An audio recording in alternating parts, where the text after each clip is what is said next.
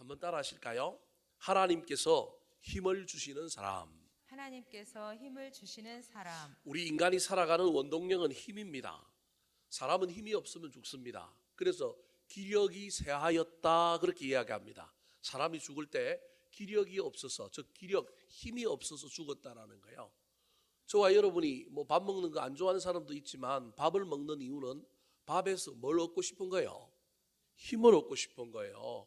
그래서 연세 많으신 어르신들은 입맛이 없거나 밥을 잘 못 드시면 금세 건강이 안 좋아져요. 그래서 밥맛이 돌아오고 음식을 잘 먹는 것이 얼마나 행복한지 모릅니다.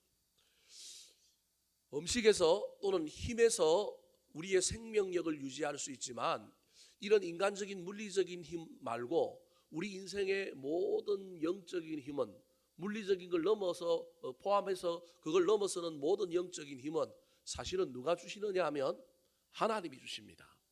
우리에게 생명, 즉 기력을, 생기를 부어러 넣어주신 분도 하나님이요, 그것을 가져가시는 분도 하나님이기 때문에 그렇습니다. 그래서 우리가 먹고 마시고 체력을 단련하고 건강을 준비하고 그러지만 그럼에도 불구하고 저와 여러분은 늘 우리의 힘의 권원이 되시는 하나님을 잊어버리면 안 됩니다.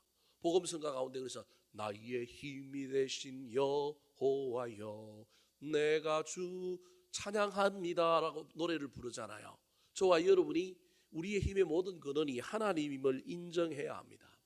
근데 제가 오늘 여러분에게 이야기하고 싶은 이 힘과 관련하여 강조하고 싶은 것은 오늘 본문에 이 바울이라고 하는 사람이 인생의 마지막 때에 하나님께서 힘을 주셔서 마지막이 그냥 촛불이 꺼져가듯이 그냥 세잔하게 꺼져가서 인생을 마감한 게 아니라 하나님이 마지막 불꽃을 태울 수 있도록 뭘 주셨느냐 하면 힘을 주셨다라는 거예요. 우리의 죽음이 어떻게 갈지는 알 수 없지만 저와 여러분의 인생 가운데 이런 일들이 좀 있었으면 좋겠어요. 비록 정해진 시간을 향하여 걸어간다 할지라도 어떤 때에, 특별히 마지막 때에 하나님께서 나에게 힘을 주셔서 그 시간을 찬란하게 만들 수만 있다면 얼마나 멋지겠습니까? 안타까운 죽음이지만 끝을 좋게 만든 사람의 대표가 삼손입니다. 삼손은 하나님께 엄청난 은혜를 입고 큰 힘과 능력을 받았는데 혼자 그 힘 이상하게 쓰느라고 다 망한 거예요. 더불어 함께 해야 되는데 혼자 잘난 맛에 살다가 힘 다 낭비하다가 나중에 두 눈도 뽑힌 채 블레셋 사람들에게 잡혀가잖아요. 그런데 그가 마지막에 하나님 앞에 뭐 달라 그래요? 힘 달라 그러잖아요. 그래서 그 힘을 받아가지고 자기를 그 큰 축제 가운데 자기를 불러서 극장의 큰 기둥 사이에 자기를 묶어놨는데 세 줄로 힘을 달라 그래갖고 그 세 줄을 가지고 그 기둥을 뭐 해버린 거예요? 뽑아버리니까 천장이 다 무너졌고 거기 있던 블레셋 사람들이 다 뭐 한 거예요? 죽은 거예요. 그래서 삼손이 참 안타까운데 안타까움에도 불구하고 마지막 순간은 그래도 좀 이해안이 되는 것이 자기 혼자 죽은 게 아니라 마지막 때 하나님께 뭘 달라 그러냐면 힘을 달라 그래가지고 그 힘을 잘 사용하고 그 힘을 가지고 자기 인생을 그나마 짧은 순간이지만 그 마지막을 아름답게 마감한 것입니다. 병이 들어서 저와 여러분의 인생이 마지막 때에 있을지라도 하나님께 기도해서 하나님 나 한번 힘 주시고 눈도 열고 입도 열어서 내 인생 마지막에 좀 마무리 잘하고 가게 해달라고 기도할 수 있었으면 좋겠습니다. 오늘 본문 말씀은 사도 바울이 자기 인생의 마지막 때가 다가왔다, 즉 네로 황제의 핍박을 받아서 두 번째로 로마 감옥에 갇혀 있는데 이제 이 감옥은 그냥 풀려날 감옥이 아니고 1차 법정에 갔는데 1차 법정에서 재판을 받았는데 다행히 1차 법정에서는 사형이 내려지지 아니하였지만 이제 2차 법정에 나가면 사형이 언도되어 죽을 것 같다라는 생각이 들기 시작한 거예요.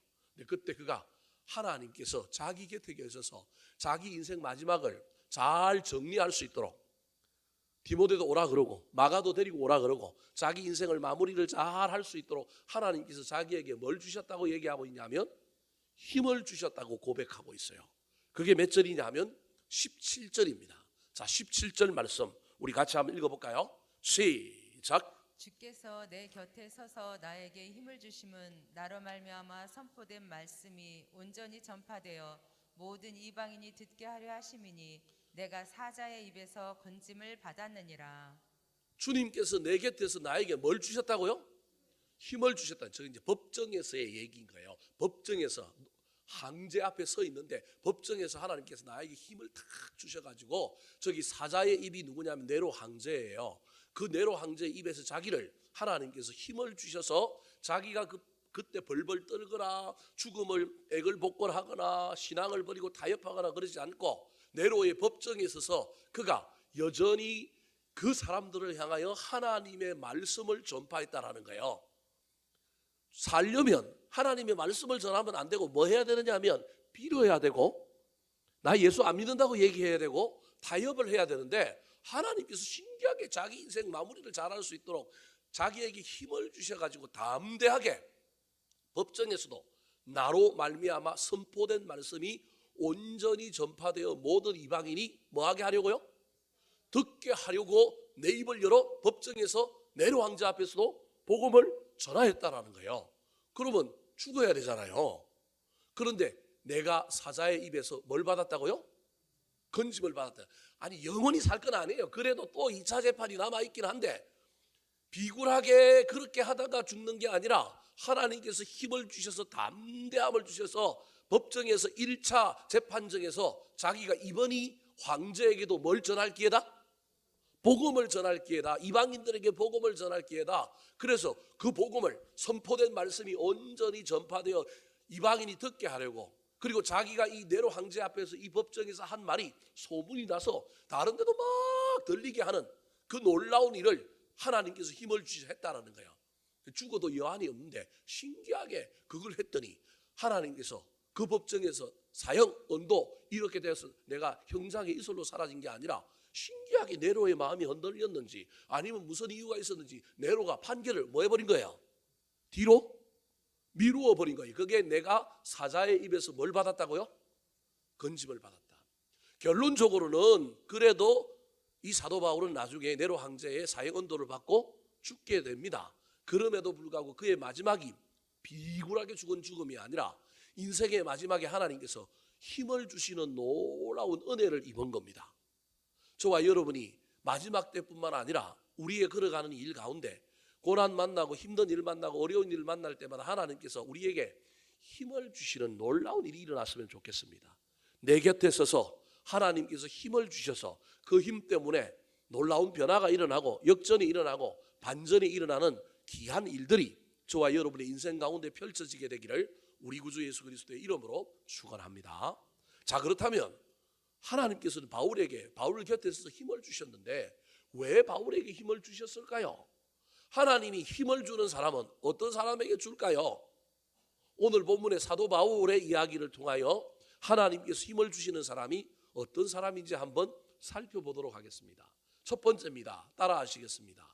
대적하는 자를 사랑으로 이기려 하는 자. 대적하는 자를 사랑으로 이기려 하는 자. 나를 막 대적하는 사람을 나도 대적함으로 갚아주고 그 사람이 한 만큼 나도 말을 퍼부어주고 나도 복수심을 가지고 그 사람 아이고 뭐 지가 힘이 있나 내가 힘이 있지 지만 말하나 나도 말하지 너만 똑똑하냐 나도 똑똑하다 그러고 똑같이 그 사람이 한 대로 대적할 수 있는데 하나님께서는 그런 사람에게는 대적의 힘 정도밖에 안 주고 그걸 넘어서는 힘을 안 준다는 거예요. 도리어 어떤 사람에게 하나님이 힘을 주시느냐 하면 대적하는 자 앞에서 대적하는 자와 똑같은 방법과 똑같은 일을 함으로 이기려고 하는 자가 아니라 도리어 사랑으로 참는 사람 그 사람에게 힘을 준다는 거예요. 대적을 사랑하려고 하면 무슨 힘이 있어야 될까요? 사랑의 힘이 있어야 된다니까요. 그게 사랑이 힘이라니까요. 자, 14절 말씀 같이 한번 읽어볼까요? 시작. 구리세공업자 알렉산더가 내게 해를 많이 입혔음에 주께서 그 행한 대로 그에게 갚으시리니. 지난주에도 설명했지만 구리세공업자 알렉산더라고 하는 사람이 바울 사도의 전도를 받고 예수를 믿었어요. 그런데 이 사람이 나중에 신앙을 떠나고 사도 바울을 박해하는 무리 속에 들어갑니다. 왜 그랬을까? 성경학자들이 다른 성경에 구리 세공업자 알렉산더는 그냥 한 군데밖에 안 나오고 더 이상 신약 성경에 나오지 않는데, 저 사람을 알렉산더라고 하는 이름에 수식어를 붙여 놓은 것과 어쩌면 관련이 있을 수 있다라고 성경학자들이 해석합니다. 구리 세공업자니까 구리를 잘 세공하여 뭔가 물건을 만들 수 있는 능력을 가진 전문 기술자란 말이에요. 오늘날에도 구리를 다룬다고 하면 이게 대단한 기술인데, 저 구리를 그때 다루는 실력을 가지고 있으니 이 사람이 소위 말하는 아주 전문 기술을 가지고 있는 사람이란 말이에요. 그런데 이 사람이 나중에 예수를 믿었단 말이에요. 제가 보기엔 저 사람이 구리 세공업자인데 구리를 가지고 뭘 만들었을 가능성이 있는 사람이냐면, 우상을 만들어서 어떤 형상을 만들어서 그 형상을 신이라고 이야기하고 팔아먹었을 가능성이 있는 사람인데, 어디에서 어떻게 예수를 믿었는지를 알 수 없지만 바울 사도의 그 큰 능력으로 귀신을 내어쫓고, 그리고 자신들이 만든 것이 우상이 능력이 없다는 걸, 자기는 우상을 만드니까 알잖아요. 그걸 알았는데, 그래서 예수를 믿고 난 다음에 그 큰 능력에 감복하여 사도 바울을 따라다니고 신앙생활을 했을 가능성이 많습니다. 그런데 그럼에도 불구하고 그에게는 하나님이라고 하는 신이 더 중요한 게 아니라 뭐가 더 중요했느냐 하면 먹고 사는 문제, 탐심, 이익이 우상이었던 사람일 가능성이 있는 겁니다. 개종하여 예수를 믿고 신앙이 성장하고 성숙하여 직업을 바꿀 수도 있고, 그 직업 속에서도 하나님의 또 다른 은혜를 구하며 나아가야 되는데, 자신의 우상을 만들어서 팔던 판로가 어쩌면 막혔을 가능성이 있는 거예요. 이건 추측일 뿐입니다. 꼭 그렇다는 얘기가 아닙니다. 왜 구리 세공업자 알렉산더가 사도 바울에게 해를 많이 입혔느냐, 그 이야기를 설명하려고 하는 거예요. 자신의 먹고 사는 문제, 자신의 주된 업이 타격을 입다 보니 알렉산더가 믿는 자의 반열에서 추락하여 처음 신앙을 저버렸을 뿐만 아니라 자꾸 우상 철폐를 이야기하고 우상을 부수고 우상을 만들지 못하게 하는 사도 바울 때문에 자신의 사업이 문제가 생기니까 이제는 사도 바울을 향하여 대적하기 시작한 거예요. 대적해서 사도 바울이 하는 일마다 방해를 놓을 뿐만 아니라 소위 말하는 사도 바울이 네로 황제의 재판을 받을 때 반대편에 서서 사도 바울이 나쁜 사람이요 사입이요 이상한 사람이라고 하는 정언을 했을 가능성이 있는 거예요. 그래서 구리 세공업자 알렉산더가 내게 해를 어떻게 했다고요? 많이 입혔다라는 거예요. 그러면 나도 좀 갚아줘야 되잖아요. 그런데 주께서 그 행한 대로 그에게 뭐 할 거라고요? 갚으시리라. 대적자를 자신이 대적하지 않고 주님께 맡긴 사람. 여러분, 인간이 이건 쉬운 일이 아니에요. 여러분도 어떤 사람에게 한이 맺히면 그 한을 무슨 수를 써서라도 갚아주고 싶지, 나는 아무 일도 안 하고 하나님께 맡기는 것, 그거 대단히 어려운 일입니다. 그런데 그 일을 하나님께 맡겨버린 사람이라는 거예요. 맡길 수 있는 힘, 그게 자기에게서 나온 것이 아니라 누가 힘을 주셨다고요? 하나님이 힘을 주셨다. 주께서 내 곁에 서서 원수 갚지 마라, 보복하지 마라, 너도 망가진다, 네 인생도 버린다, 내가 갚아줄게 라고 하는 하나님의 놀라운 음성, 그리고 그 하나님이 내 마음을 만져주시고 나를 위로하시고 내가 갚아야 내 속이 시원해지고 막 내 자존심이 살 것 같은데 하지 않아도 내가 고결해지고 내가 고귀해지는 하나님의 놀라운 어루만짐의 힘을 자기에게 부어주신 거예요. 그래서 그가 대적자를 대적하지 않고 사랑으로 이길 수 있었던 거예요. 하나님께 맡김으로 이길 수 있었던 거예요. 여러분, 그러므로 맡기는 것, 또 다르게 얘기하면 사랑은 힘입니다. 여러분, 저와 여러분이 힘을 자꾸만 돈을 벌고 누구를 이기고 뭔가 하는 것으로만 이해하면 안 됩니다. 성경에서 최고의 힘은 뭐라고요? 사랑이라니까. 사랑이 힘이라니까요. 그래서 사랑을 우리에게 부어주시는 분이 누구냐 하면 하나님인 거예요. 여러분, 사랑이 힘임을 잘 이해하시고 저와 여러분의 삶의 현장에서 그 힘을 잘 소유하셨으면 좋겠어요. 막 물리적인 피지컬 힘이 생기고 돈이 힘이라고 생각하면 큰일 납니다. 하나님이 우리에게 주시는 최고의 힘은 사랑의 힘을 주시는 겁니다. 그 힘 때문에 복음도 전하고, 그 사랑 때문에 손해도 보고, 그 사랑 때문에 핍박도 받고 고난도 받을 수 있는 것입니다. 이 사랑의 힘을 깎아내리고 이 사랑의 힘을 여러분 무너뜨리는 것이 있는데, 그것이 무엇이냐 하면 말입니다. 말. 자, 15절 말씀을 같이 한번 읽어볼까요? 15절 시작. 너도 그를 주의하라. 그가 우리 말을 심히 대적하였느니라. 자, 해도 입혔을 뿐만 아니라 이 알렉산더라고 하는 사람은 어떤 행위를 통하여 우리에게 막 해를 끼쳤을 뿐만 아니라 특별히 우리의 말꼬리를 붙잡고 우리의 말을 심히 대적했다는 거예요. 예수가 그리스도다 그러면 그리스도 아니라 그러고, 내가 진실하다 그러면 너 가짜라 그러고, 말을 심히 대적한 사람이라는 거예요. 근데 이런 말이라는 것이 얼마나 큰 능력이 있는지 모릅니다. 말을 대적하는 사람을 이기려고 나도 말을 사용하다 보면, 말은 양날의 금과 같아서 반드시 거기에는 뭐가 꽂혀 있느냐 하면 비수가 꽂혀 있습니다. 그래서 그 말을 쓰는 순간 상대방을 향하여도 그 비수를 날리기도 하지만 그건 양날이기 때문에 그 말이 부딪혀서 온단 말이에요. 그 말은 누구도 해를 끼치느냐 하면 나도 해를 끼치는 거예요. 우리 뇌가 아주 이게 똑똑한 것 같지만 똑똑하지 못해서, 그래서 칭찬하라라고 하는 말을 많이 하는 이유는 상대방을 칭찬하면, 나는 입을 통하여 상대방을 칭찬했는데 내 머리는 누굴 칭찬하는 거로 듣는다고요? 나를 칭찬하는 거로 듣는다는 거예요. 이게 뇌과학자들의 연구 결과입니다. 뇌는 주어가 없는 거예요. 그래서 중요한 건 우리가 입으로 무슨 말을 하든지 간에 상대방을 향하여 상대방을 나쁜 놈이라 그러고 상대방을 향하여 뭐라고 얘기를 했는데, 내 머리는, 내 뇌는 상대방만 그렇게 알아듣는 게 아니라 누구도 그렇게 알아듣는 거예요. 나도 그렇게 알아듣는 거예요. 이게 말의 위험성이에요. 그래서 여러분 흔히들 이야기하잖아요. 너라고 하고 가르치는데 손가락 2개는 상대방을 향하여 가르치지만 손가락 3개는 누굴 향하여 가르치고 있다고요? 이게 나를 향하여 가르치고 있잖아요. 너 그랬는데 너를 향하여 막 사태질하고 뭐라고 말을 했는데 그 말이 반사되어 누구에게도 돌아온다고요? 나한테도 돌아온다는 거예요. 그래서 알렉산더라고 하는 사람에 대하여 사도 바울이 디모데에게 너 그를 주의하라라고 얘기하면서 그가 우리 말을 심히 뭐 하였다고요? 대적하였다. 저 우리 말이라고 하는 건 복음과 관련된 말을 얘기. 단순히 그냥 인간으로 한 말을 얘기하는 것이 아니라 복음의 말을 심히 대적했는데, 그 대적한 것을 가지고 싸우려고 하지 말고 진리로, 지혜로 말씀을 잘 분별하는 가운데 너는 그와 말을 섞어서 또는 그와 대적하여 말을 하지 말고 하나님의 말씀만 하면 된다라는 거예요. 복음을 전하기만 하면 된다라는 거예요. 이게 말의 지혜라는 거예요. 지금 사도 바울이 하나님께로부터 2가지 힘을 받았는데, 하나는 사랑의 힘을 받았고 하나는 뭐의 힘을 받았느냐 하면 말의 지혜의 힘을 받았다라는 거예요. 사랑하는 성도 여러분, 저와 여러분의 인생 가운데 하나님이 우리에게 다른 힘도 주셨으면 좋겠어요. 물질의 힘도 주고 건강의 힘도 주고 많은 힘을 주셨으면 좋겠지만 마음에는 사랑의 힘을 주시고 입술에는 지혜의 힘을 주셨으면 좋겠어요.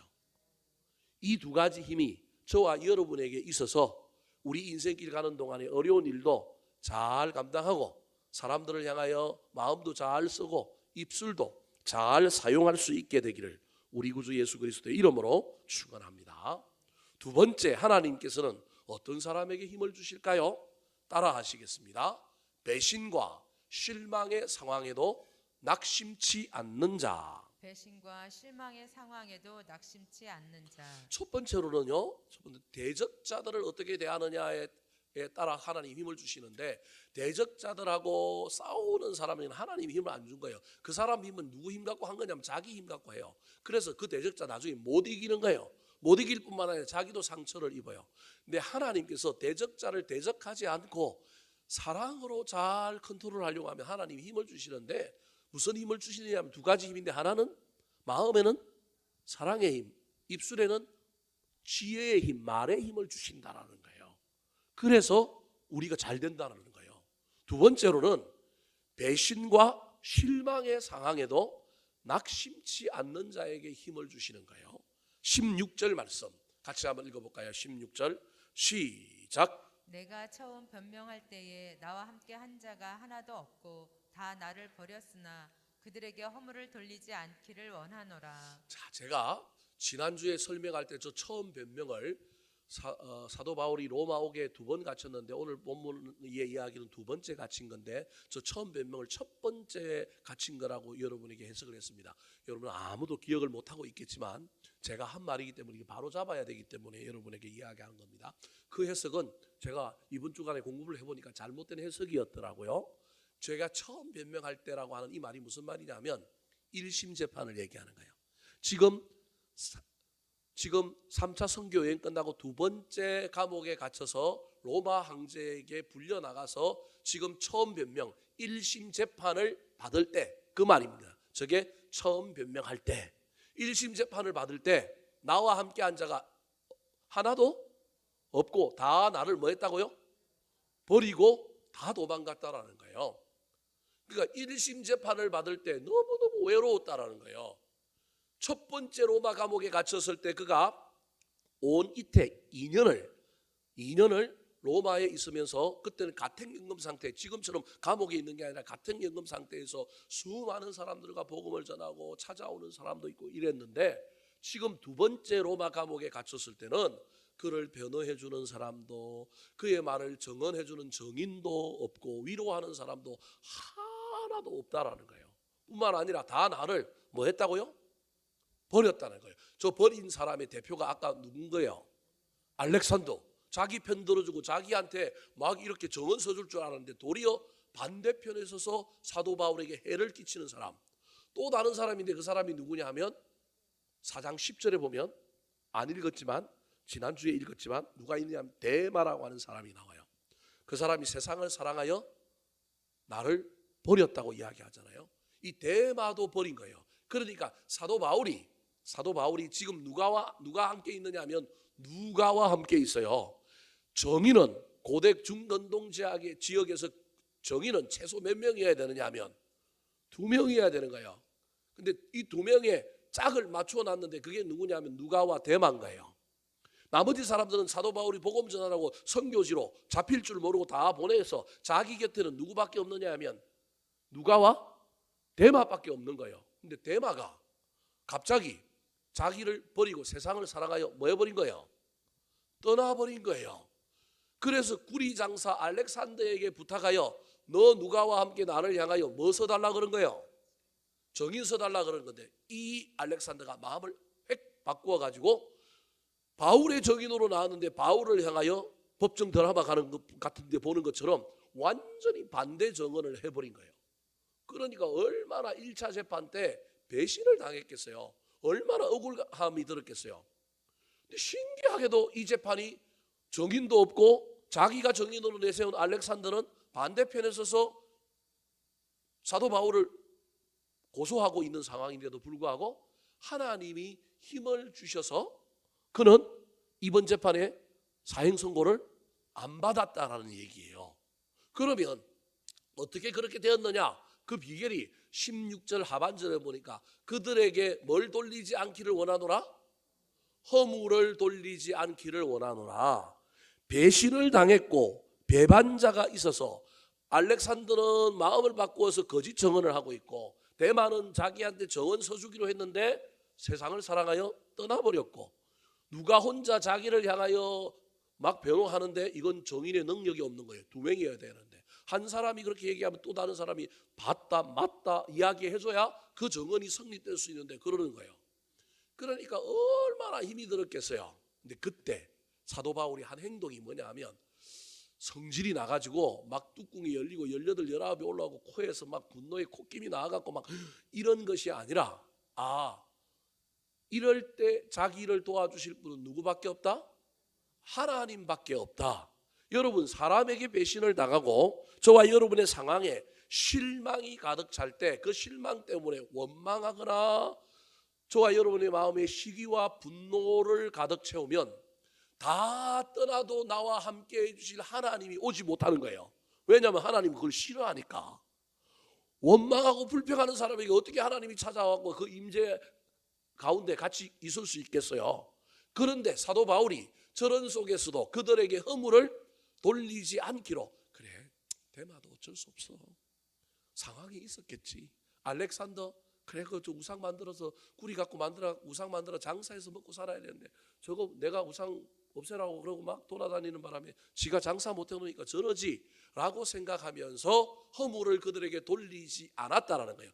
단순히 허물을 돌리지 않았다는 얘기가 아니라 실망과 낙심의 상황 속에서 홀로 자기를 뭐하게 만드느냐 하면 고독하게 만들고, 혼자 있는 삶 속에 누구를 가까이 하기를 시작하느냐 하면 하나님을 가까이 하고, 하나님께 가까이 가면 하나님이 찾아오셔서 뭘 주신다고요?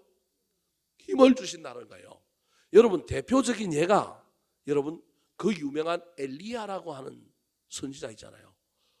하나님께 능력을 받았고 850대 1로 갈멜산에서 우상의 제사장들과 기도 능력 대결을 펼치는데 이겨요, 져요? 이겼잖아요. 그런데 이겨갖고 의기양양하게 내려오는데 자기 뒤에서 이세벨이라고 하는 여자가 한마디 하는 거예요. 엘리야가 어디 있어? 그놈 내가 뭐 하겠다고요? 죽여버리겠다 이러는 거예요. 그 말 한마디에 갑자기 마음이 어떻게 된 거예요? 외로워지기 시작해요. 낙심하기 시작한 거예요. 그래서 낙심하기 시작하여 도망을 가는 거예요. 저 북쪽에서부터요, 저 남쪽에 어디로 내려오냐면 그리 시내로 내려오는 거예요. 이건 하나님을 찾은 게 아니라 하나님을 뭐 한 거예요? 도망간 거예요. 도망갔는데도 불구하고 우리 하나님이 그를 찾아오는 거예요. 얼마나 원망이 많았는지 그리 시내가에서 하나님께서 까마귀를 보내갖고 뭐 해요? 떡도 물어다 주잖아요. 그랬으면 회복이 돼야 되는데 회복이 안 되고 더디 어디로 내려가면 제일 남쪽이 브엘세바라고 하는 곳이 있는데 이삭이 아내 리브가를 기다리고 운물을 받던 곳이에요. 그게 완전히 국경지대예요. 그 브엘세바까지 내려가가지고 여러분 시띠 나무라고 하는 아주 보잘것없는 나무 덤불에 들어가갖고 막 하나님 나 죽겠습니다, 목매달아 죽을랍니다 이런 식으로 하나님께 원망하고 막 그랬단 말이에요. 근데 그때 하나님이 갑자기 나타나갖고 뭐라고 얘기하느냐면 너 다시 올라가고 무슨 산에 서라고요? 하나님의 산에 서라 그러는 거예요. 하나님의 산에 로뎀나무 아래 앉아갖고 막 죽기를 구하였는데 하나님이 갑자기 나타나가지고 하나님께 가까이 가라는 거예요. 하나님 산 호렙산으로 가라는 거예요. 그 호렙산으로 갔는데 막 바람이 불고 지진이 불고 막 지진이 일어나고 막 불이 지나가고, 근데 나중에 제일 마지막에 뭐가 지나가느냐 하면 세미한 바람이 딱 지나가는데 그 바람 가운데 누구 음성이 들리느냐 하면 하나님의 음성이 들리고 하나님의 따뜻한 사랑이 느껴지는 거예요. 이게 임재거든요. 임재. 그러니까 여러분 고독할 때, 문제가 생겼을 때, 배신을 당했을 때, 실망했을 때 저와 여러분이 그 자리에서 원망을 하고 불평을 하면 하나님이 임할 수가 없어요. 도리어 하나님의 산에 엘리야가 같은 것처럼 하나님께로 가까이 가면 하나님이 찾아오셔서 인간이 떠난 자리 하나님이 메꾸어 주시고, 하나님이 그에게 뭘 주신다고요? 힘을 주셔서 인간의 힘 떠난 자리, 그것 때문에 질 것 같고 그것 때문에 엉망진창이 될 것 같은 재판이 신기하게도 복음도 전하면 죽을 줄 알고 복음 전하면 안 하는데 복음도 전했고, 정인들 준비하는데 다 어그러졌는데 막 정인들이 제대로 말도 못했는데 신기하게 재판은 뭘로 끝났어요? 완전한 승리는 아니지만 기소유예, 이따가 판결하자, 더 들어보자, 더 살펴보자, 증거가 부족하다, 네로 황제가 다음 재판을 열자라는 거예요. 이 하나님께서 힘을 주셔서 그 힘으로 인하여 네로가 마음을 바꾼 것밖에 안 된 거예요. 인간적인 눈으로는 도저히 일어날 수 없는 1차 재판, 처음 변명할 때 재판이 벌어지게 된 겁니다. 사랑하는 성도 여러분, 저와 여러분의 인생 가운데 어려운 일을 당할 때마다 홀로 우리를 주님 앞에 세우는 자들이 되시기 바랍니다. 실존주의 철학자 키에로 케고로라고 하는 사람이 그래서 우리는 하나님 앞에 단독자의 삶을 살아야 한다. 특별히 고난 가운데 있을 때, 위기 가운데 있을 때 반드시 나를 문제로부터, 사람으로부터 나를 분리하여 누구 앞에 세우는 자가 하나님을 만나고 문제를 해결하느냐 하면 하나님 앞에 세우는 자가 문제를 해결하고 복을 얻는다. 오스왈드 챔버스라고 하는 사람, 아주 유명한 책을 쓰신 분이, 하나님 나의 최고봉이라고 하는 책을 쓰신 분이 있는데 이분이 아주 영성신학자인데 뭐라고 얘기하냐면 진정한 그리스도인은 문제를 만나서 그 문제 앞에 해결하기를 원하는 하나님의 사람은 홀로 서는 사람이다. 사람 떠났다고 옆에 나에게 잘해주던 사람이 나를 배신했다고 너무 낙심하거나 절망하지 말고 하나님 앞에 우리를 세우고 하나님께 더 가까이 감으로 말미암아 사람이 있어서 힘이 되었고 사람이 채워주었던 그 능력이 아니라 하나님께서 그 모든 것을 대신해 주는 놀라운 일들을 경험하게 될 때 떠났던 사람도 돌아오고 사라졌던 기회 문도 열리고 없어졌던 힘과 능력도 회복되는 것을 경험하는 저와 여러분 되기를 예수님의 이름으로 축원합니다. 세 번째, 넷째까지 가야 됩니다. 세 번째, 하나님은 어떤 사람에게 힘을 주실까요? 따라 하시겠습니다. 저게 셋째를 제가 안 고쳤군요.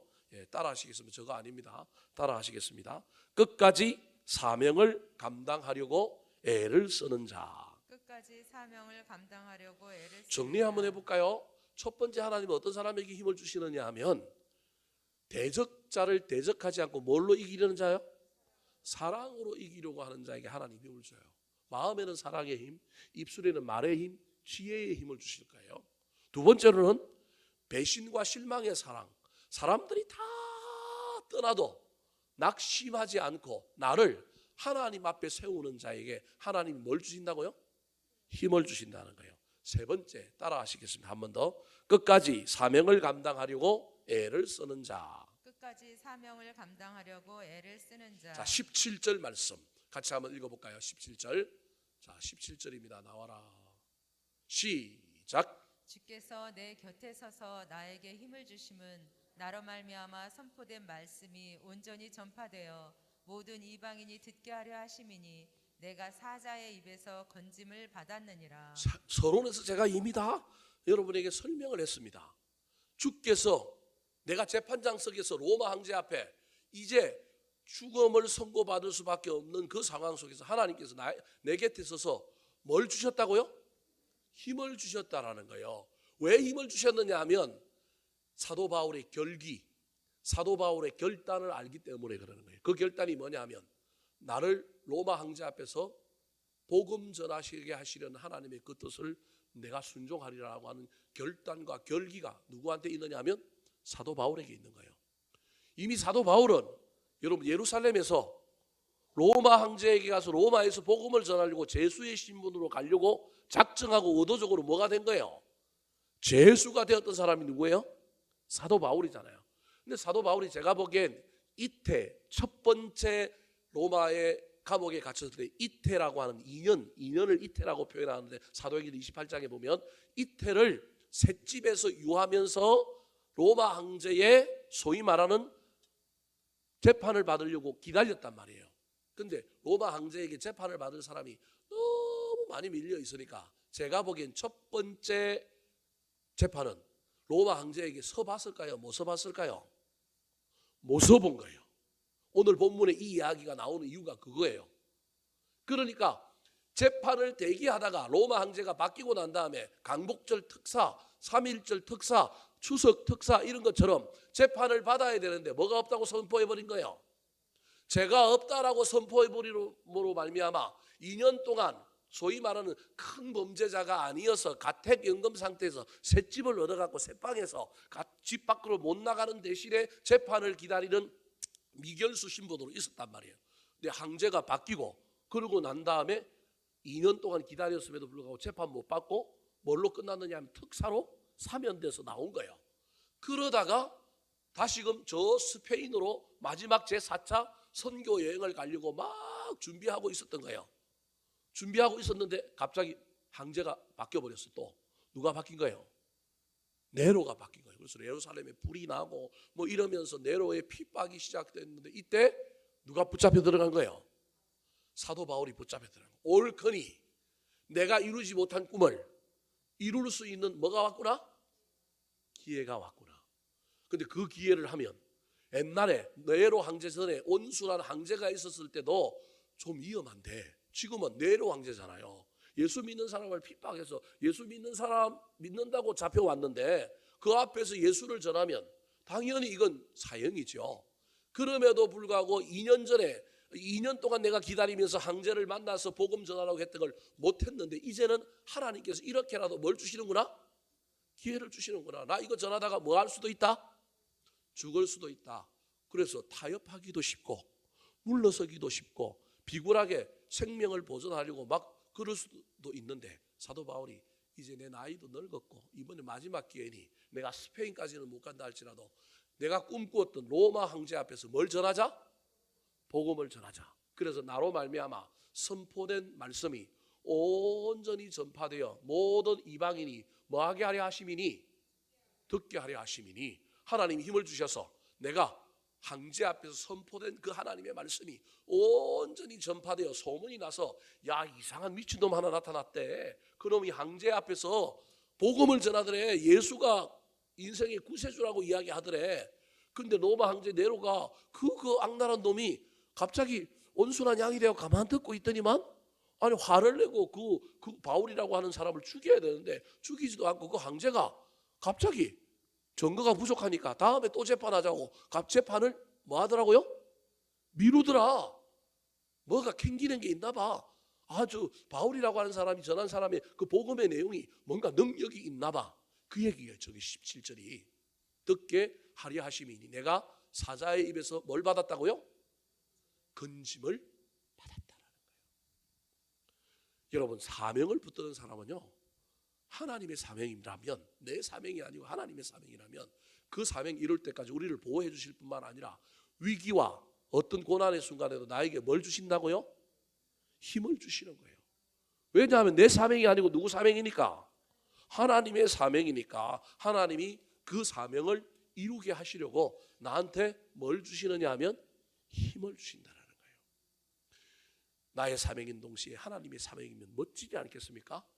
나의 관심을 나의 꿈과 비전을 하나님과 잘 합쳐서 잘 포함되도록 만들면 여러분 저와 여러분의 그 사명 저와 여러분의 꿈과 비전은 하나님이 힘을 주심으로 말미암아 반드시 이루어진다고 한 사실을 기억하여 저와 여러분도 사명에 불타오르는 자들이 되기를 그래서 하나님이 공급해 주시는 그 놀라운 힘으로 말미암아 그것이 이루어지는 것을 보게 되기를 예수님의 이름으로 축원합니다. 마지막으로 하나님은 어떤 사람에게 힘을 공급해 주실까요? 따라 하시겠습니다. 변치 않는 믿음으로 천국을 소망하는 자. 변치 않는 믿음으로 천국을 소망하는 자. 자, 18절 말씀 같이 한번 읽어볼까요? 18절 시작. 주께서 나를 모든 악한 일에서 건져내시고 또 그의 천국에 들어가도록 구원하시리니 그에게 영광이 세세 무궁토록 있을지어다. 아멘. 자, 18절은 무슨 말이냐면 내가 이제 1차 재판은 무사히 복음도 전하고 건짐을 받았는데 2차 재판이 올 거라는 거예요. 근데 그때 주께서 나를 모든 악한 일에서 뭐 하시고? 건져내시고 그럼 저 모든 악한 일이 뭘까요? 일단 생각을 해봅시다. 모든 악한 일에서 나를 건져주시고 또 그의 천국에 들어가도록 뭐 할 거라고요? 구원할 거라는 거예요. 여러분 천국에 들어가도록 구원한다는 말이에요. 저 말은 세상에서 살게 해준다는 게 아니고 천국에 들어가도록 뭐 한다고요? 구원한다는 거예요. 그 말은 죽었는데 내가 어디 들어간다는 거예요? 천국에 들어간다는 거예요. 그러니까 지금 사도 바울은 18절에서 뭐라고 얘기하고 있느냐 하면 나 2차 재판에서 뭐 할 거라는 거예요. 그 2차 재판이 언제 올지는 알 수 없지만 로마 황제에게 재판받으려고 시민권 가진 사람이 줄 서 있잖아요. 그러니까 이 1차 재판 끝났지만 2차 재판이 곧바로 있는 게 아니고 우리나라도 여러분 뭐 대법원까지 상고하면 몇 년 걸리잖아요. 어떤 재판은 6년 걸리는 것도 있고요. 뭐 재판이 엄청 길어져요. 그러다 보니까 정치인들이 재판 해놓고 맨날 상고하고 뭐 그래갖고 자기 시간 다 보내버리잖아요.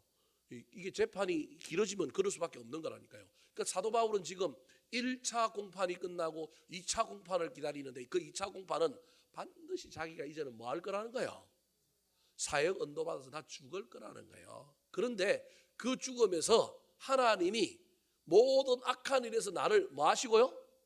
건져주신다. 이건 현실의 문제에서 건져준다는 게 아니라 모든 악한 일에서 건져준다는 거예요. 이 모든 악한 일이 뭐냐면 1차 재판에서 살고 난 이 삶에 대한 희망 그것 때문에 어차피 내 인생은 이번에 순교의 길로 가게 되어 있는데 그 순교의 길이 아닌 또 다른 길에 대한 내 마음의 어떤 번민, 희망, 소망 이런 것 때문에 타협하고 싶고 좀 그럴 마음이 생길 수 있다라는 거예요. 악한 마귀가 그래서 내 마음에 막 번잡함을 집어넣고 내 속에 와서 속삭이고 너 죽는 이보다 살아서 복음 전하는 게 하나님 나라에 훨씬 많지 않겠느냐.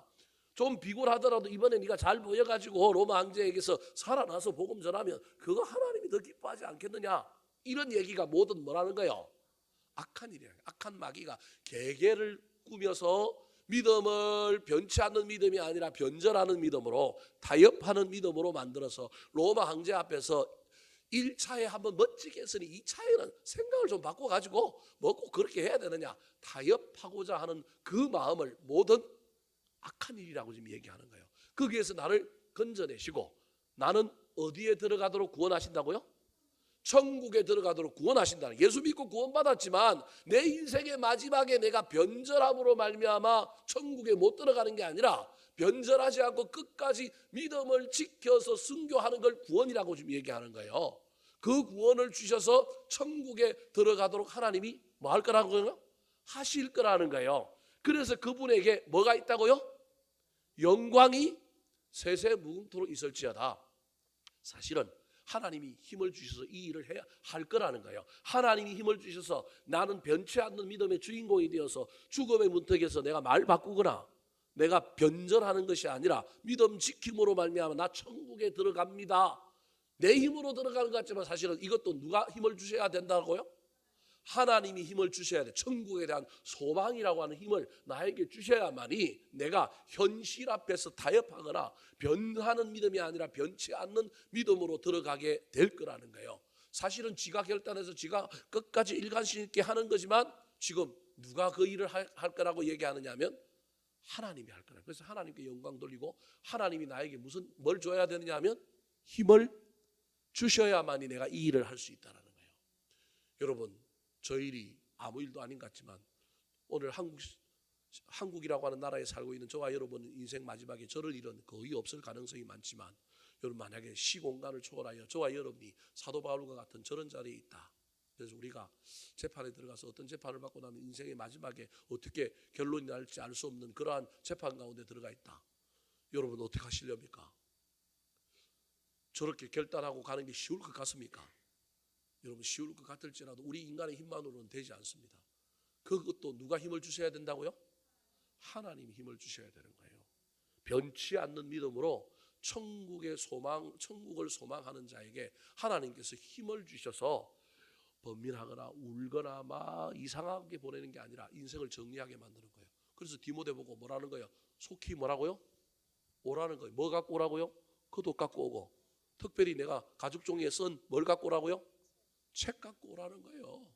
그러니까 하나님께서 힘을 주셨으니까 이게 담대해졌고 인생의 마지막임을 알면도 불구하고 비굴하게 그냥 가기 싫어서 그렇게 원망하고 막 분노하고 그러다가 생을 마감하는 게 아니라 하나님이 힘을 주시니까 사도 바울이 인생 마지막이니까 이 마지막에 불타오르는 거예요. 불타올라서 인생 끝을 멋지게 할 수 있는 거예요. 인생의 끝뿐만 아니라 여러분 우리 인생 가운데도 하나님이 힘을 주시면 멋진 일이 일어날 수 있습니다. 저와 여러분의 인생 가운데 내 힘과 내 능력으로만 살려고 하지 말고 하나님 힘 좀 주세요 기도하시고, 특별히 하나님이 힘을 주시는 사람 오늘 본 것처럼 복수하거나 내 힘과 내 능력으로 대적자를 처리하려고 하는 게 아니라 하나님께 맡기는 자, 절망과 낙심의 상황 가운데 원망하고 시기하고 막 이렇게 지내는 것이 아니라 나를 구별하여 하나님께 세우는 자, 사명 감당하라고 애쓰는 자, 그리고 천국의 소망을 가지고 있는 자에게는 하나님이 힘을 주시는구나. 그래서 그 힘 때문에 인생의 그 시기가 비록 사도 바울은 마지막 시기지만 그 인생의 시기가 마지막 시기가 아니더라도 우리 인생의 어떤 한 가운데 시기라 할지라도 그 시기가 멋진 시기가 되는구나.